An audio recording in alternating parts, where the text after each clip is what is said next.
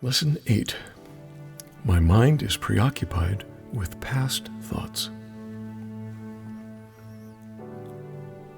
This idea is, of course, the reason why you see only the past. No one really sees anything.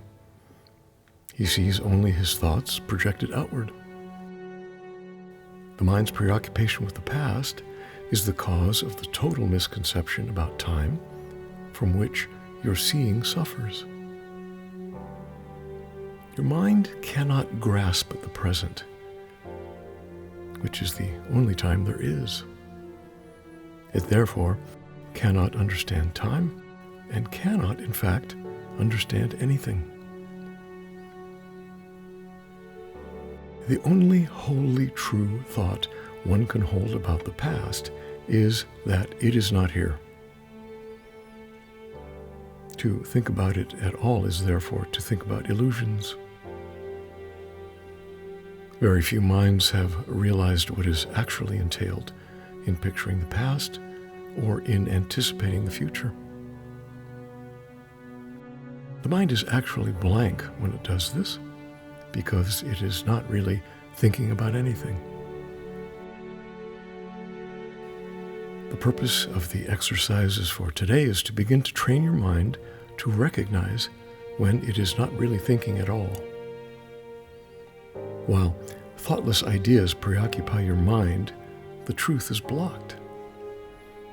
Recognizing that your mind has been merely blank, rather than believing that it is filled with real ideas, is the first step to opening the way to vision. The exercises for today should be done with eyes closed.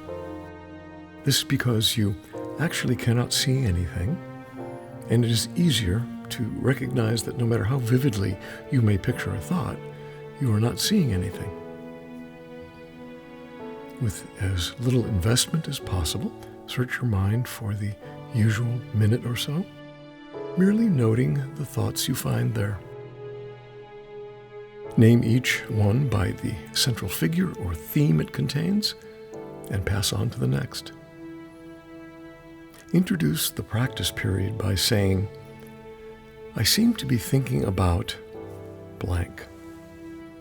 Then name each of your thoughts specifically. For example, I seem to be thinking about name of a person, about name of object, about name of emotion, and so on, concluding at the end of the mind-searching period with, but my mind is preoccupied with past thoughts.